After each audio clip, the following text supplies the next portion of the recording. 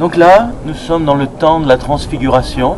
Donc là, je vous lis ce texte que Jésus nous a préparé à entendre en emmenant ses disciples avec ces moments d'arrêt pour rappeler à ses disciples qui était Moïse, qui était Élie.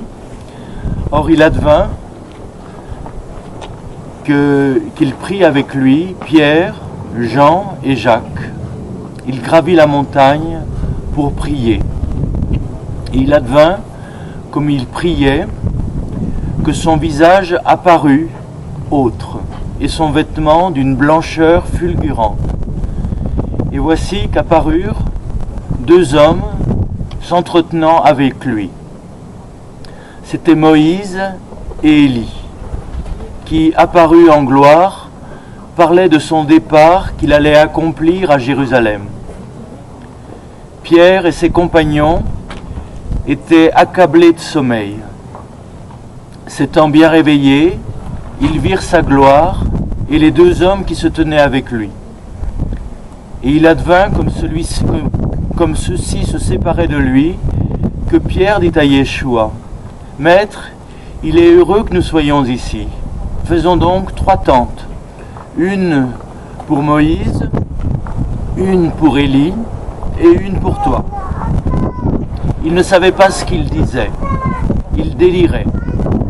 Et pendant qu'il disait cela, survint une nuée, qui les prit sous son ombre. Et ils frémirent en entrant dans la nuée. Une voix vint de la nuée qui disait, « Celui-ci est mon fils, mon bien-aimé, écoutez-le. » Après que la voix eut retenti, on ne vit plus que Jésus seul. Pour eux, les disciples, ils gardèrent le silence. Ils ne rapportaient rien à personne en ces jours-là de ce qu'ils avaient vu. Donc c'est dans Saint Luc, au chapitre 9, à partir du verset 28.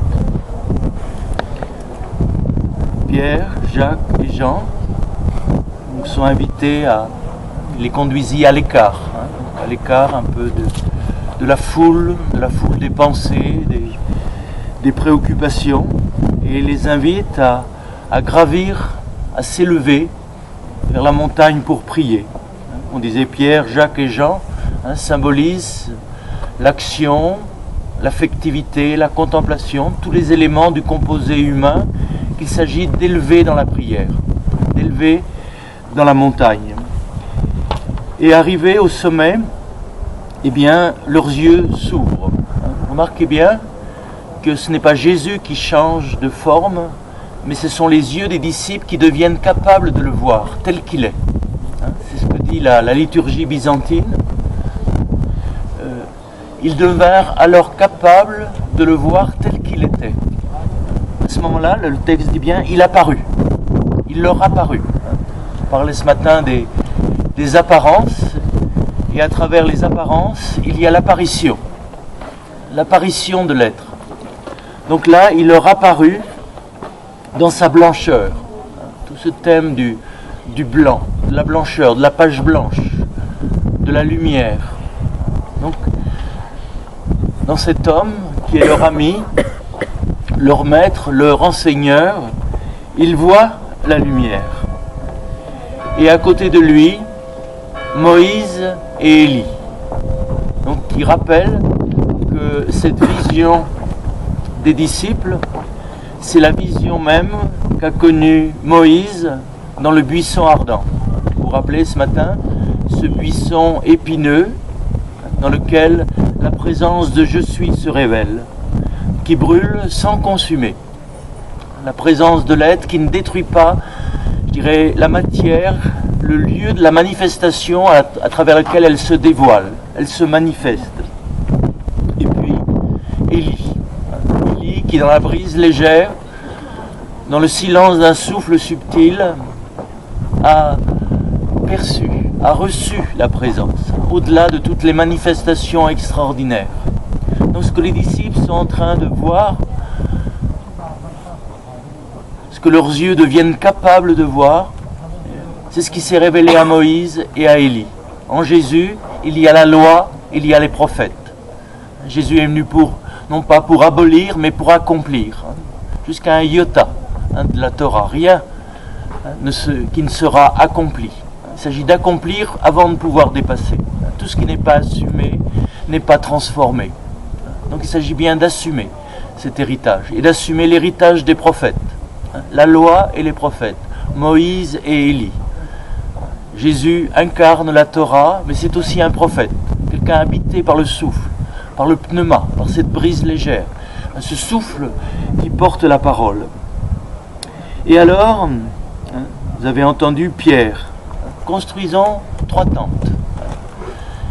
Et le texte nous dit qu'il délire. C'est-à-dire que Pierre, encore une fois, c'est...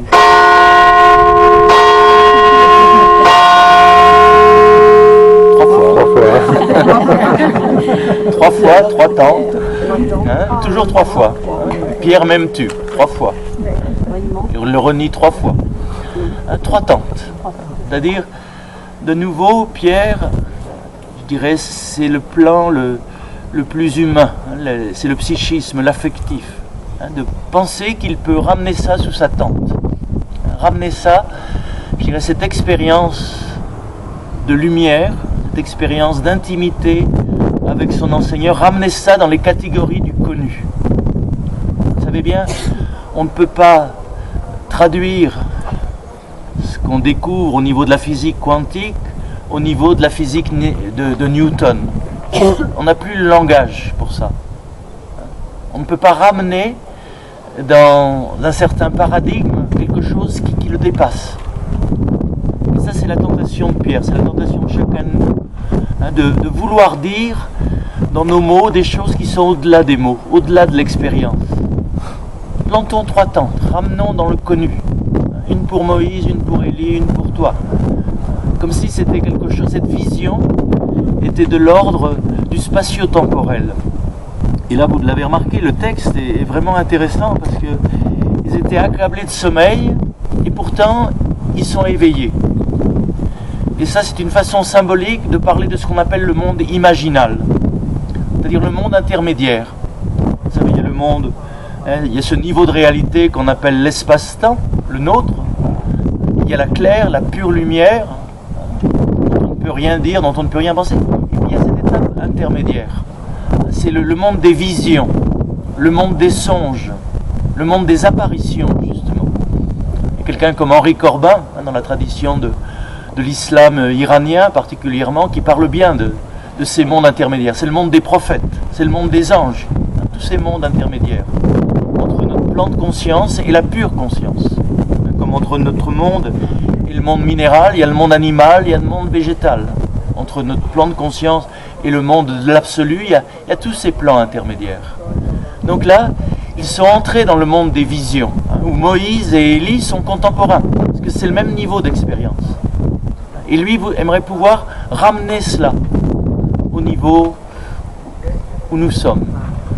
Et pour nous aussi, c'est un enseignement, de savoir qu'il y a certaines expériences que l'on fait, qu'on ne peut pas, je dirais, c'est difficile de le partager avec les autres. Comme le dira Jésus, ne donnez pas vos perles aux pourceaux. Ça ne veut pas dire du tout que Jésus n'aime pas les porcs, mais les pourceaux, ils vont se casser les dents avec les perles. Parce que pour un porc, tout est comestible. Et une perle, c'est pas fait pour être mangée. C'est fait pour qu'on s'éclaire à sa lumière. À cette lumière qui est dedans et dehors. Il y a des réalités qui ne sont pas faites pour être expliquées. Il y a des réalités qui ne sont pas faites pour être conceptualisées, ramenées dans les catégories du connu. Et c'est important de savoir qu'il y a des choses, on ne peut pas le dire, on peut simplement l'évoquer. C'est pour ça qu'on parlera d'un langage allusif. Vous trouvez ça dans toutes les traditions initiatiques, le langage allusif, le langage symbolique, le langage des paraboles. Que dans une parabole, comme dans le poème. Le poème, c'est une parole qui est pleine de trous, qui est pleine de silence. Elle ne dit pas tout. Il y a des mots qui ne disent pas tout. Donc là, Pierre, qui représente bien, je dirais, le masculin dans sa dimension, je dirais, rationnelle, analytique. Rappelez Pierre et Myriam, qui sont deux archétypes, qu'il ne faut pas opposer, mais tenir ensemble. Mais Pierre, sa tentation, c'est toujours de tout rationaliser, de tout ramener dans le connu. Et là, le texte nous dit qu'il délire, qu'il y a des choses qu'il s'agit de connaître comme demeurant inconnues.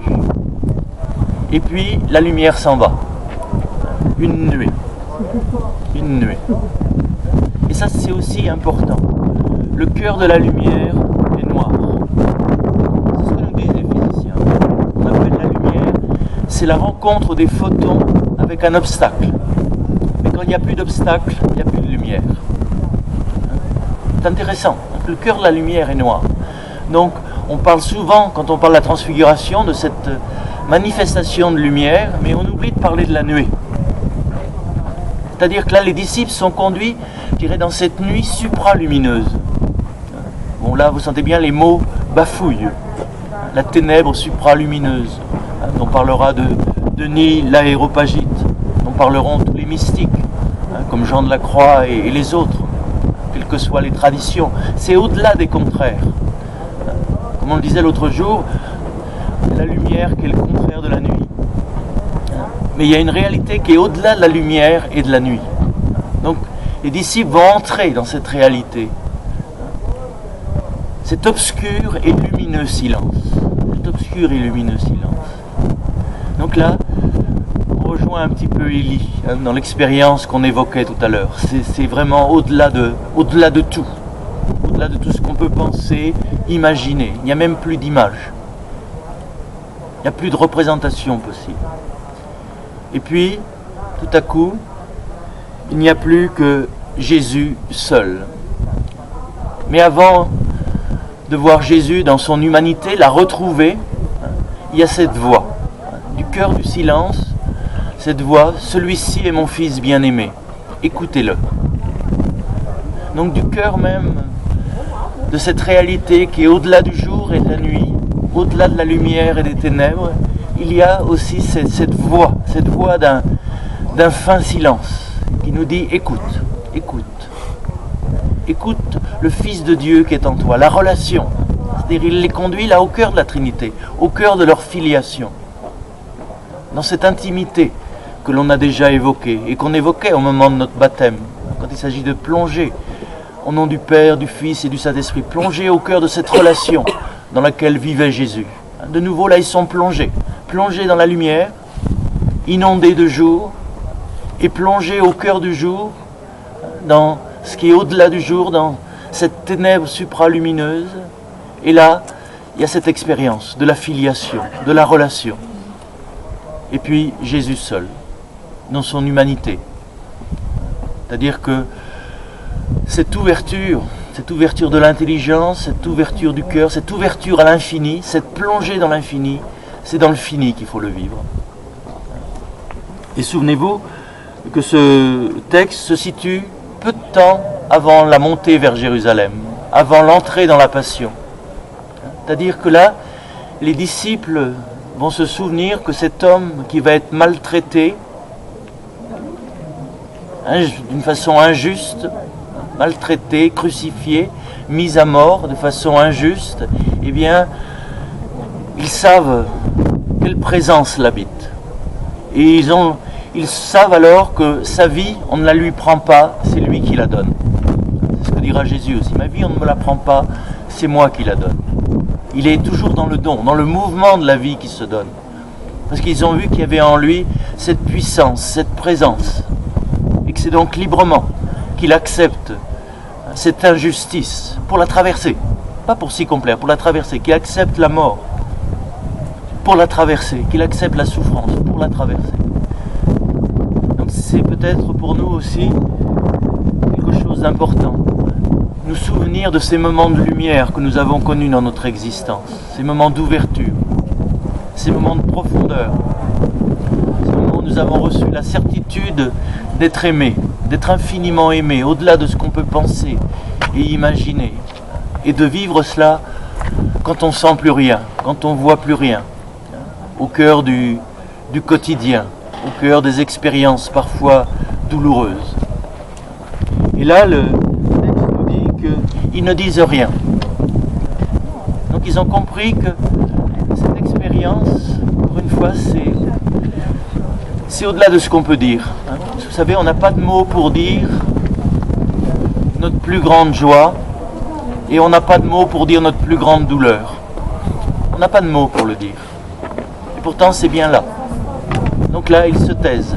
Mais au cœur de ce silence, ils gardent la mémoire de cette expérience, de cette expérience du mont Tabor, où ils ont vu, où à un moment leurs yeux sont ouverts à la présence de celui qui est, en celui qui les accompagne. La présence de celui qui est dans celui qui passe. Et il y a des moments dans nos vies, puisque nous sommes de passage, nous sommes des passants sur la terre, il y a des moments où nous découvrons la présence de celui qui est et qui ne passe pas, qui ne passera pas. Cette présence de vie, je dirais à la fois vulnérable et invincible. C'est pour ça que devant ce paysage d'Armageddon, pour se souvenir de cette grande parole du livre de l'Apocalypse, qui dit, l'Apocalypsis, vous vous souvenez, l'Apocalypse c'est le dévoilement, c'est la révélation de ce qui est. Comme la transfiguration, c'est la révélation. Je veux dire, le voile de l'humanité, le voile du temps, d'une certaine façon, devient transparent dans le corps du Christ. Et il y aura un moment où effectivement il y aura ce dévoilement, où le voile du temps s'écartera. Tout s'effondre, sauf la vie.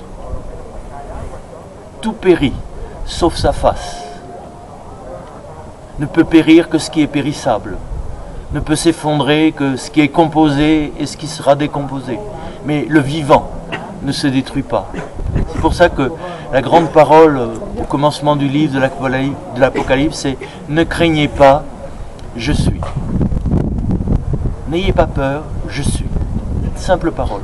Et je crois que c'est la parole aussi qui a été dite ici, dans ce jour de la transfiguration. Les temps que vous allez vivre maintenant vont être difficiles. Ça va être le temps de la trahison, de l'abandon. Le temps où vous allez remettre en question toute votre foi. Jésus prépare ses disciples à ce qu'ils vont avoir à endurer. Mais ne craignez pas, je suis. Vous avez vu, vous avez expérimenté. Quel être habite votre être? Quel espace habite votre temps? Quelle lumière habite vos ténèbres? Et quel au-delà de la lumière et des ténèbres habite votre profondeur? Ne craignez pas, je suis.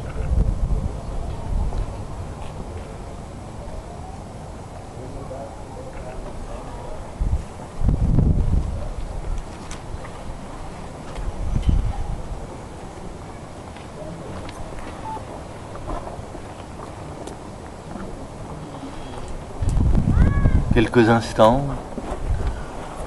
dans le jour, dans la lumière, dans la brise, sur le sommet de cette montagne,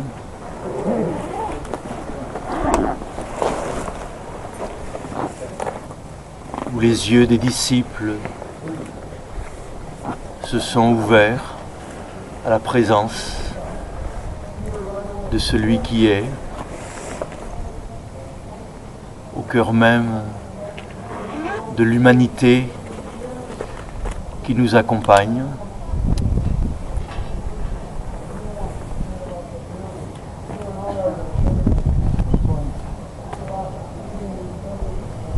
Accepter qu'il y a dans nos vies des réalités pour lesquelles nous n'avons pas de mots, que nous ne pouvons pas garder sous notre tente.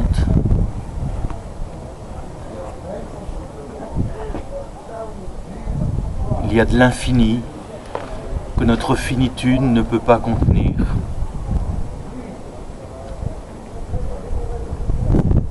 L'espace qui est à l'intérieur de la cruche, c'est l'espace qui remplit tout l'univers.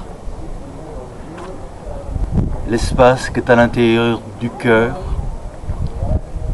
c'est l'espace qui qui remplit et qui contient tout l'univers.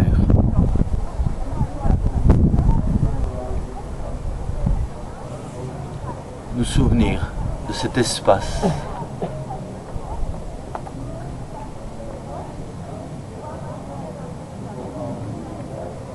qui contient nos joies, nos peines, notre souffrance, notre mort et notre vie véritable.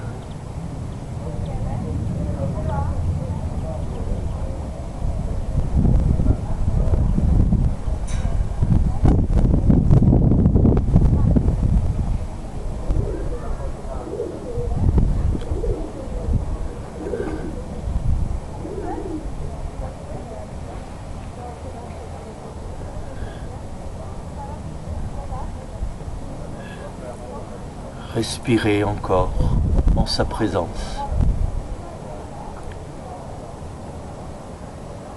pour notre bien-être, le bien-être de tout et de tous, de tout ce qui était, de tout ce qui est et de tout ce qui vient.